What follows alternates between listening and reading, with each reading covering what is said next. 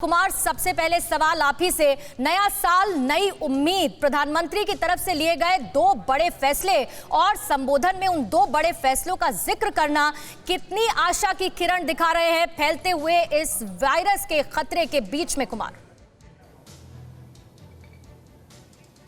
देखिए, प्रधानमंत्री ने संभावित खतरे को देखते हुए, भांपते हुए लोगों के मन से डर निकालने की कोशिश की है। जिस हिसाब से ओमिक्रॉन के मामले पूरे विश्व में बढ़ रहे हैं, हिंदुस्तान में भी लगभग 500 के आसपास ये मामले आ रहे हैं, तो लोगों के मन में एक डर जरूर पैदा हो रहा था और उस डर को निकालने की कोशिश की है कि प्रधानमंत्री ने साफ कहा है हमारे पास हथियार है, उस हथियार का हम प्रयोग करेंगे और निश्चित रूप से हम सफल होंगे। और इसके लिए senior citizen, health care workers, बच्चे, सबों के लिए उन्होंने कुछ न कुछ दिया। तो एक तरीके से कह सकते हैं क्रिसमस की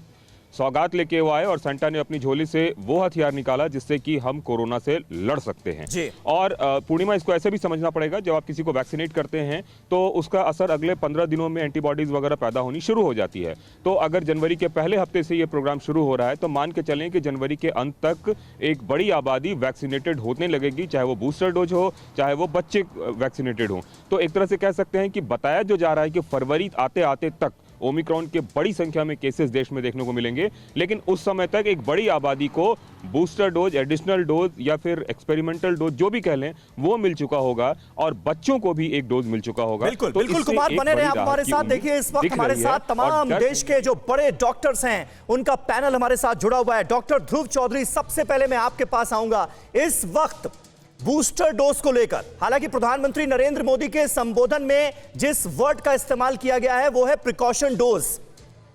भारत की स्ट्रैटेजी क्या नजर आती है आपको? देखिए,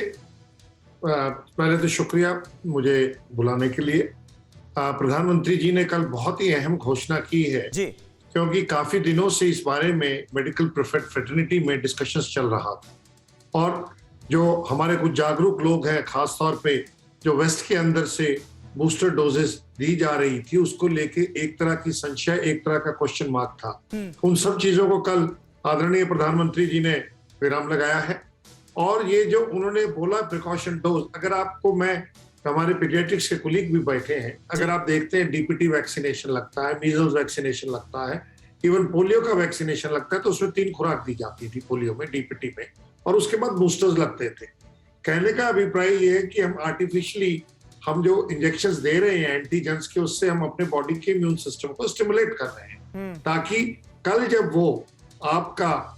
कीटाणु, विषाणु आपके शरीर में अटैक करता है तो उसको आइडेंटिफाई करके skin Schraner and kill it, और उसके अंदर एंटीबॉडीज और टी सेल का रोल है। और ये भी हमें मालूम है कि